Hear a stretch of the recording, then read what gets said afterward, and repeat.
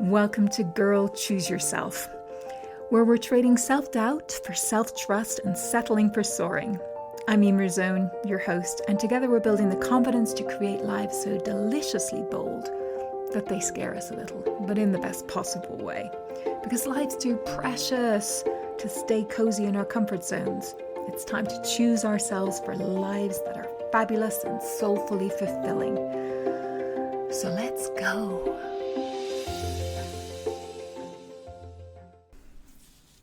Hi, and welcome back to the podcast. I am your host, Eimear, and this week I want to talk to you about something that's really, really common and it's not spoken about nearly enough, I think.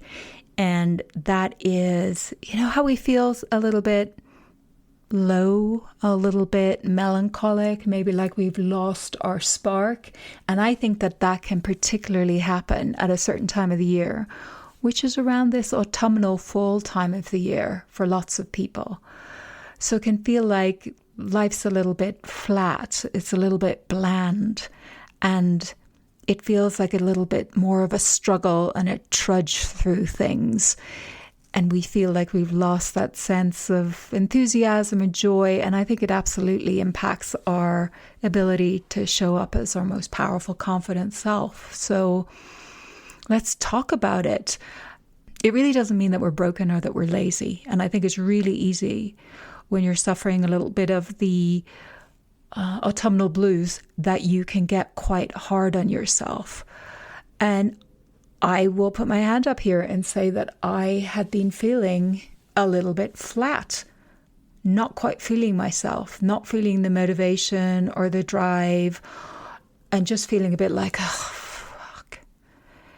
And I live in Santa Fe in New Mexico, right? It's like we get a lot of sun here. Like there's 320 days of sunshine in Santa Fe in New Mexico. That's a lot of sunshine.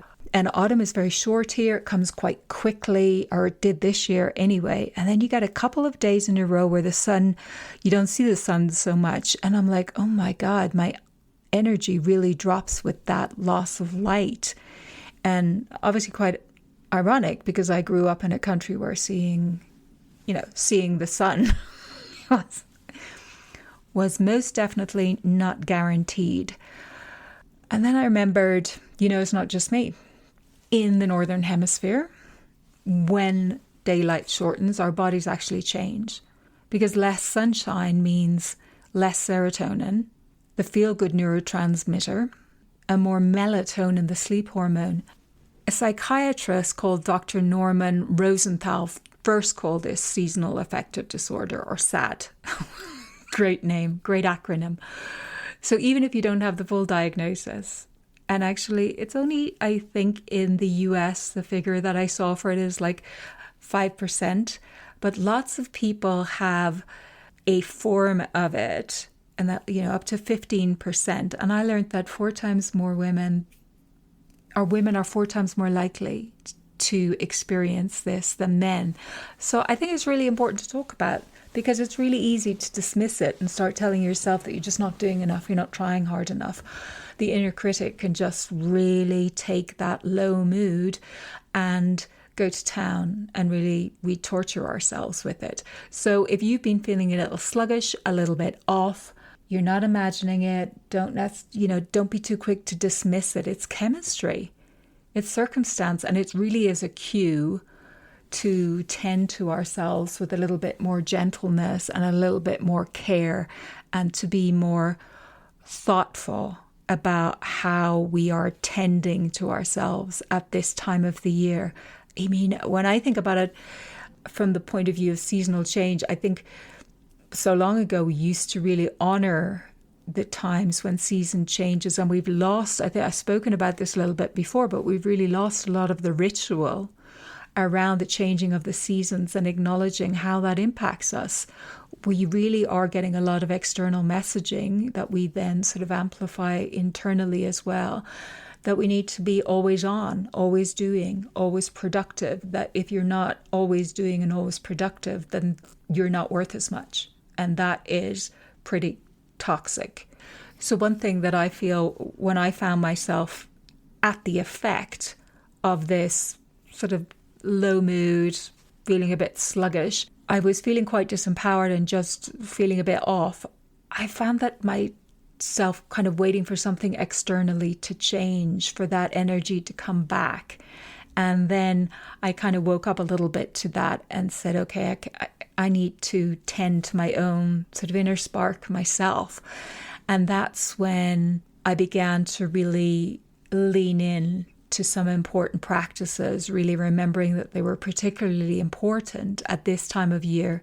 And so I want to offer you a practice that I hope will help you too during these grayer days, maybe these shorter days. And obviously I'm speaking about the Northern Hemisphere here.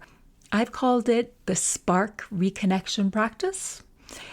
And it's a gentle, research-backed practice to help us nourish and nurture ourselves at this time if we're having these feelings, and to give ourselves what we need. And this is it. So the first step, it's a multi-step practice. And the first step is really, that I find most helpful, is to ground ourselves in the body. I think it's so easy to get lost in our heads and to get out of our body. We often have this really bizarre and unhealthy relationship with our body, particularly as women. I know that I have, where I'm always trying to control my body and it should look a certain way and be able to do certain things. And it's very combative and negative, and it has been many times. So it's really helpful for me to remember some of the teachings around getting grounded into the body and having a much more healthy relationship with the body. And so when I find that I'm disconnected, our nervous system, right, it can be in this low energy or kind of freeze state. Have you ever heard of the polyvagal theory? It's like blown up a lot over the last 5 years, and it was developed by a gentleman called Dr. Stephen Porges, who created that theory. And it's that freeze state is what he calls dorsal vagal shutdown. And that's that kind of low energy state. So we want to counter that. So one way to do that is, you feel your feet on the floor, right? And I find it really helps. Like, I'm barefoot right now and I'm doing this. Like, take off your socks. Just feel your feet into the ground, into the floor. And then breathe in slowly through your nose or through your mouth, if that's more comfortable for you. I find it helpful to close my eyes when I'm doing these practices and just notice your shoulders. And imagine your breath as sort of oxygen that's feeding a small flame in your chest. Just 90 seconds of mindful attention like this can really help to shift your state. So feet on the ground, slow breathing. If it feels comfortable and safe for you, just gently closing your eyes, noticing the shoulders, maybe on an exhalation, letting them drop down a little bit, and imagining that breath sort of feeding that small flame within. There's a neuroscientist, and her name is Dr. Jill Bolt Taylor, and she found that that emotional surge that we're feeling lasts about 90 seconds long, unless we keep refeeding it with thoughts, we keep giving it fuel. So when we do a mindfulness practice grounding into the body like this, and we really concentrate on the breath and the body, we are sort of releasing from the hook of feeding and spinning an emotional state that isn't supporting us. Presence is that really important first step. Then the second step I find helpful, and that I include in this practice, is really about permission. I think when we feel a bit disconnected, a bit flat, sometimes we are looking to avoid it, run from it, or maybe your instinct is to try and fix it. But really, sometimes we're just feeling numb, and that's a form of protection. It's not that we're failing or something's necessarily wrong. It's important to remember, though, that when we dull particular emotional states, we can't really selectively dull them. I think Brene Brown talks about this. If you're trying to dull, say, pain, you end up dulling joy as well. So instead of judging our emotional state, we simply allow it to be and maybe look to name it.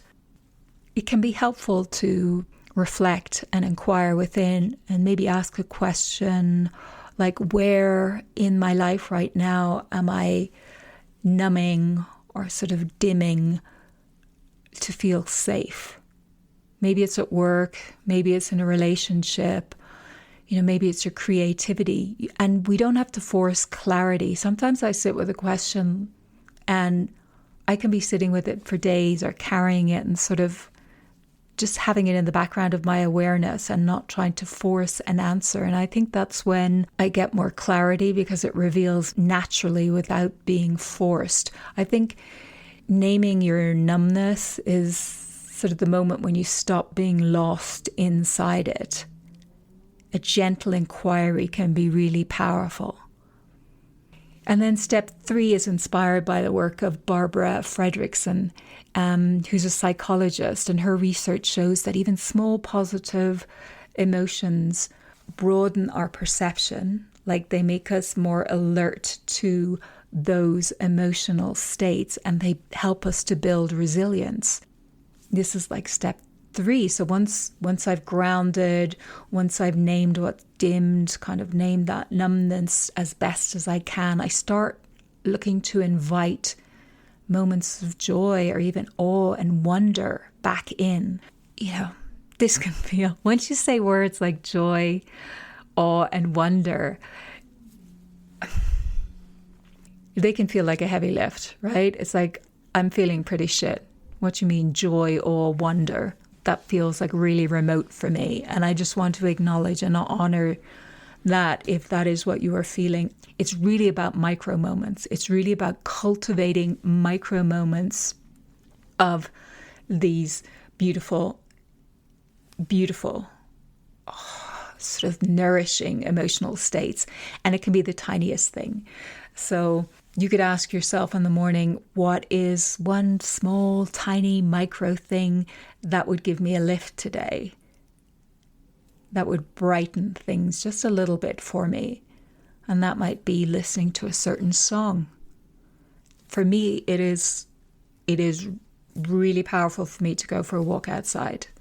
I live in a beautiful area and I just immerse myself in sort of noticing beauty in nature, in the most mundane things. So I'm really actively looking to cultivate these micro moments of awe, really. I'm telling you, it's just like a leaf, flowers, even those flowers that are fading at this time of year, the way the light is, the shadows fall, the smallest thing. It's really not about grand gestures at all. And another thing I love to do is just to text somebody who makes me laugh or who just makes me smile, has great sense of humor, just these moments of connection that can bring a spark of joy. So I think scheduling on purpose, making it not accidental, is really, really helpful. And once we begin to, cultivate this environment where we're naturally going to be noticing these beautiful moments, beautiful views, the warmth of the connection, and we begin to feel, these little sparks of joy and wonder.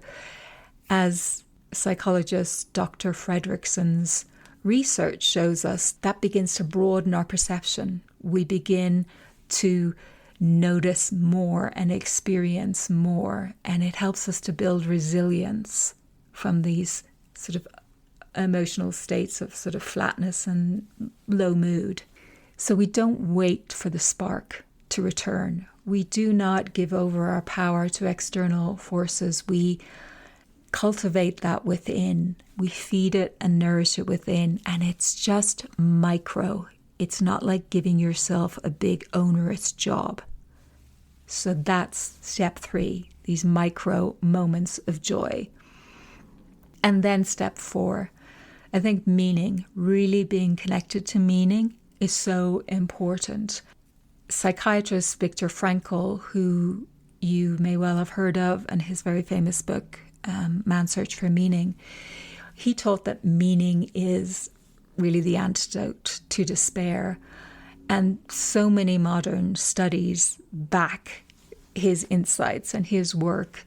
People with a sense of purpose experience higher well-being and even stronger immune function.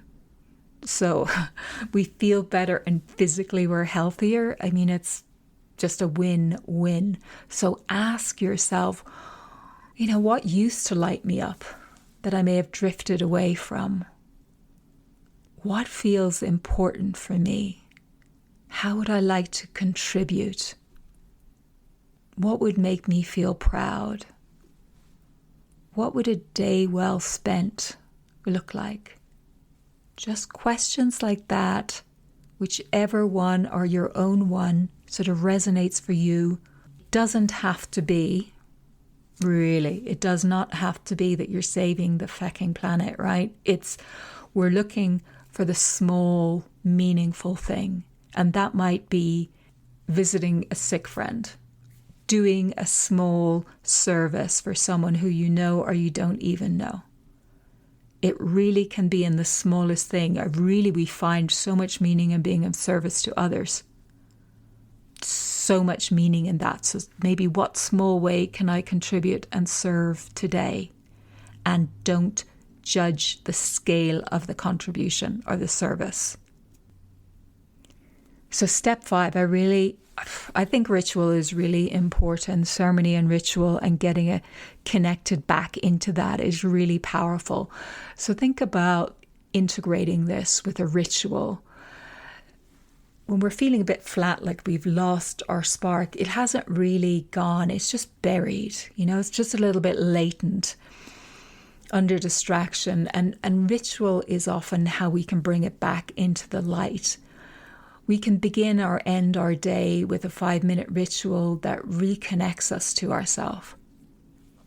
I use so many different forms of this, and I created one called the Morning Reset, which you might find helpful. That's a little audio under 5 minutes, and you can find that. It's totally free. It's in the show notes. You might like to just have a quiet 5 minutes in the morning when you're having your first cup of coffee. You might like to just go outside in the morning by yourself and just notice, one thing that you hear, one thing that you see, one thing that you smell, just really connecting into your senses, whatever makes sense for you from the perspective of your life. It could be as easily as lighting a candle and just sitting in silence. It could be prayer. It could be a stretch, a couple of yoga poses. Whatever it is, just make it your daily way of saying, I'm choosing to reconnect or to connect with myself. I deserve this time. And just ritualize it. Make it something you really look forward to. It's not a chore. So if you felt that you're feeling a little bit flat at this time of year, or maybe you've been feeling it for a while, please hear this. You're not broken. Your light has not gone out. It's just been waiting for a little bit of fuel, a little bit of oxygen, a little bit of attention. And today I just invite you to give it one breath. Step outside, move your body, put on a song that you love, that wakes you up. Dance a little bit. One thing that reminds your body that what aliveness feels like. It's just for you. You don't have to tell anyone about it. It can be silly, a little bit crazy, a little bit cringy. Who cares? Your spark, that will respond. It always does. That's all for me this week. I hope this has served you. I hope I find you well. Look after yourself. You are extraordinary. And thank you for the privilege of your time. Take care. I'll see you next time. Bye. Thanks so much for tuning into the episode this week. I hope you got a lot out of it, and if you did, please share it with somebody who you feel would benefit. And leave a review. Always greatly appreciated. Lots of free and paid resources to take things a step further. You can find those in the show notes. And hey, if nobody has told you this yet today, you are amazing, and the world is a far more beautiful place because you're here with us all. Stay cool. Bye.